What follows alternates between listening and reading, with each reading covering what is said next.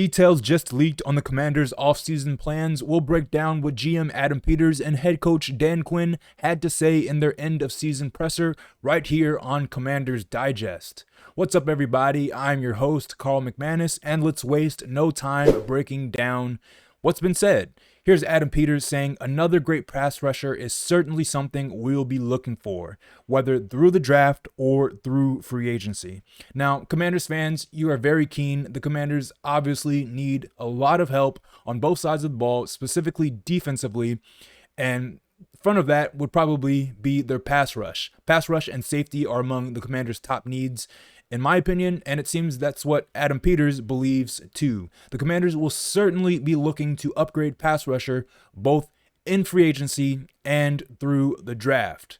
Now, we know that the Commanders have a lot of needs. Here's what Nikki Javala lists as the Commanders' needs upcoming. And of course, just like her, edge rusher and safety are among my top needs. But the Commanders also need cornerback depth, wide receivers, linebackers, perhaps a kicker after seeing what Jake Moody went through, a backup quarterback depending on what happens with Marcus Mariota, tight end, running back, and offensive line depth. Now that is certainly a lot of things that the Commanders needs, and let's see what Adam Peters has in mind as to how the Commanders will address this. Obviously, we have a top 10 pick, which you could look to move and get more picks if the opportunity arises. Now, perfect from Adam Peters. That's exactly what I've been saying. The Commanders landing the 7th overall pick possibly could have moved up based on results this past week, but obviously we know that did not happen. The Commanders still have an opportunity to trade back and accumulate more draft assets. But before we break that down even further, let's hear a word from today's sponsor. Before we go any further, today's video is brought to you by Kalshi. When you download Kalshi using the link below and enter code DIGESTNFL, you'll get $20 when you trade your first 100. Kalshi is the largest prediction market in the United States, and on their platform, you can trade yes or no on real-life events, sports, elections, news, and pretty much everything. Whether you're in California, Texas, or anywhere across the country, Kalshi is live in all 50 states. For sports fans, trade on game outcomes, playoff chances, or player performances, all on a regulated market where you can cash out anytime. Now, Commanders fans, I know we've been talking a lot about the NFL draft, and personally, I'm trading on Fernando Mendoza out of Indiana to be the #1 overall pick, or you can trade on who will make the Hall of Fame. I know London Fletcher and Brian Mitchell, unfortunately not on this list, but I'm trading on Larry Fitzgerald to make the Hall of Fame. It's a genuinely smarter way for you to use your sports or news knowledge, and you can close positions anytime you want. Download Kalshi with the link in the description, and don't forget to use partner code DIGESTNFL to get your $20 bonus. Thank you again to Kalshi for sponsoring this video. Hope you all get started trading on Kalshi just like me. But speaking of trades, that's why the Washington Commanders are in the position they are. They don't have their 2nd and 4th round picks thanks to a trade to acquire Laremy Tunsil this past offseason, which I'm not complaining about. Laremy Tunsil proved this year again that he is one of the best left tackles in the draft. But that being beside the point, the Commanders definitely need draft capital, and it starts with because they made that trade. So let's look at what they have. Obviously, their 1st round pick is 7th overall. They don't have a 2nd round pick thanks to that trade. They have a 3rd round pick, no 4th round pick, and they have 5th, 2 6th round picks, and a 7th round pick. One of those 6th round picks, of course, coming from San Francisco, courtesy of the Brian Robinson trade. So the Commanders don't have a lot of draft capital, but they still have a lot of needs. And that's exactly what we've been talking about here on this channel. Not only are the Commanders strapped for draft capital, but they do have something on their side, which is a bunch of salary cap space. The 5th most cap space in the NFL heading into free agency.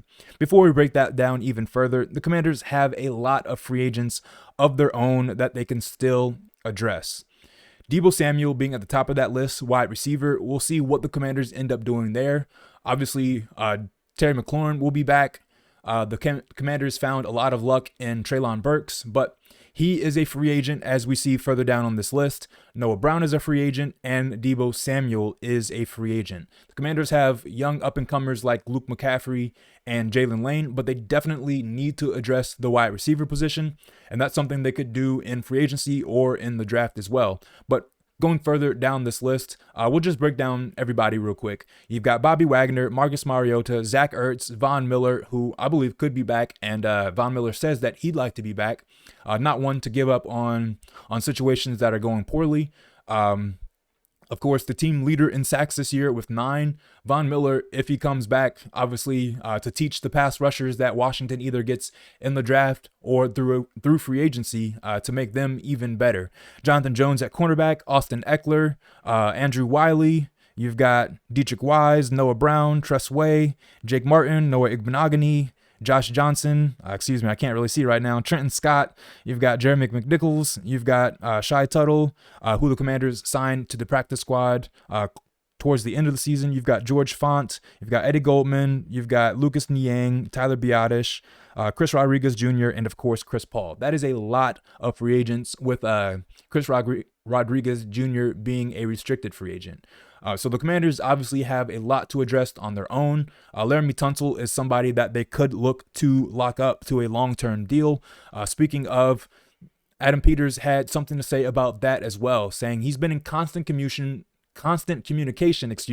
with Laramie Tunsil and his team, and they're both eager to get an extension done, saying we definitely want to get something done sooner than sooner than later.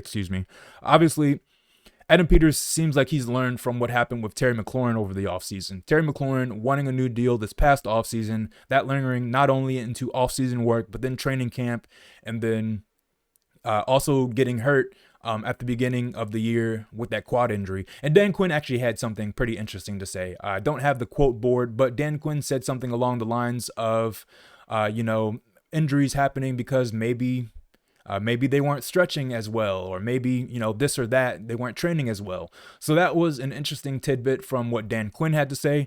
And obviously that relates to Terry McLaurin and whether or not Adam Peters wants to get a deal done with Laramie Tunsil. Not only that, but Adam Peters having something to say about long-term deals. We've seen the Commanders go forth and give a lot of short-term deals in free agency so far, and it seems like Adam Peters giving his reasoning why, saying in past places I've been, one of the biggest mistakes being giving long-term deals to players that they don't know very well. So you see why the Commanders didn't give an extension to Deebo Samuel after trading for him, didn't immediately give Laramie Tunsil an extension, didn't give Marshawn Lattimore an extension, signed Bobby Wagner to consecutive one-year deals, Dorrance Armstrong consecutive one-year deals, Dante Fowler last season a one-year deal, Jeremy Chin, Frankie Louvu getting a short-term deal. I believe his was 3 seasons, so he has one more year under contract for Frankie Louvu. But again, not a lot of guys getting long-term deals. And one of the reasons that Deebo or Frankie Louvu could have gotten a long-term deal was familiarity. We'll break down some of Commanders' possible or offensive coordinator and defensive coordinator candidates shortly, but one of the reasons why I think guys like Jason Simmons, the current defensive pass game coordinator, and why I think Frankie Louvu was given a long-term deal, Jason Simmons coming from the Carolina Panthers, that is one of my candidates for who the Commanders could be looking at to replace, of course, Joe Witt Jr. in that role. But Brian Johnson being who I think is an in-house candidate offensively, but that's not what we're talking about right now. Another key thing for the Commanders to figure out, of course, being what they do at the coordinator position. Raheem Morris fired from the Atlanta Falcons, and the Commanders need a defensive coordinator. Raheem Morris being a defensive-minded coach, Dan Quinn liking to have former head coaches in his staff. We saw that with Cliff Kingsbury. We saw that with Anthony Lynn, who is currently the Commanders' running back coach. So the Commanders could have a plethora of options when it comes to what they could do at the coordinator position. But I just brought up Jason Simmons, who I don't actually have a picture of here. But I just brought up Jason Simmons because he is currently the Commanders' defensive pass game coordinator. And I was talking about free agents, Frankie Louvu getting multi-year deal, even though Adam Peters said he doesn't like giving players multi-year deals based on familiarity, but Frankie Louvu being an exception because Jason Simmons knew him in Carolina before moving to Tennessee, and then ultimately Tennessee, Las Vegas, and then ultimately coming on here in Washington. But that's not exactly what I meant to talk about. That was just a long tangent. Another thing that Adam Peters happened to say in his presser, which was pretty interesting to me. This is the draft pick thing, but he said, based on or speaking about the end of season the Commanders had, he said, jokingly, of course, I told Dan Quinn to tank and he just said no. Now, this has a lot of implications for Commanders fans. I know a lot of you, just like me, wanted the Commanders to lose that last game to Philadelphia to try to improve their draft capital, try to move up to the 5th pick. Based on how things ended for them with Cleveland getting a win and with the Giants getting a win. Washington could have moved up to 5. But, of course, Dan Quinn not wanting to tank whatsoever. Adam Peters saying this jokingly, but I think, just like anywhere where there's smoke, there's a little bit of fire. So maybe Adam Peters really did want Washington to go forward and try to lose that game to improve some of their draft capital, seeing as they have so little of it going into the 2026 draft. There are a few more things that I wanted to hit on before I end this video. I mentioned some possible candidates for Washington's offensive and defensive coordinators. Brian Johnson being an internal candidate. I mentioned this in a previous video, but if you haven't checked that out, go ahead. That is the video right before this one. But Brian Johnson, previously having offensive coordinator experience with the Philadelphia Eagles, he had some success there, and then taking over as the assistant head coach in Washington, which I think really points to how much Dan Quinn trusts him to put the assistant head coach responsibilities on Brian Johnson. So that is an internal candidate that I think the Commanders really could be looking at. And I know social media has gone on fire recently with rumors or thoughts or just speculation that Brian Daboll, former obviously New York Giants head coach, could be a fit in Washington. A lot of people, reposting videos of Brian Daboll, quote unquote, flirting with Jayden Daniels last draft process, and how Brian Daboll could be used to maximize what Jayden Daniels and this Washington offense does. But I mentioned already Jason Simmons, Commanders' current defensive pass game coordinator, an internal in-house candidate. He not having as much experience, and I like I said, Dan Quinn liking to go with guys who, one, have experience, and two, have been head coaches before. Maybe Raheem Morris from Atlanta, obviously fired from the Falcons, could be a potential fit with Washington. But that's all I have for today's video. A lot to digest for Washington Commanders fans. Will the Commanders use their draft capital? Will they use free agency? They have a bunch of cap space. They have a bunch of free agents already due for free agency this offseason. So a lot of things still to discuss this offseason as we got a small leak onto what the Commanders' plan could be. Thanks everybody for tuning in. Let me know what you think down in the comments, how the Commanders should address each position that is among their top needs. See you next time.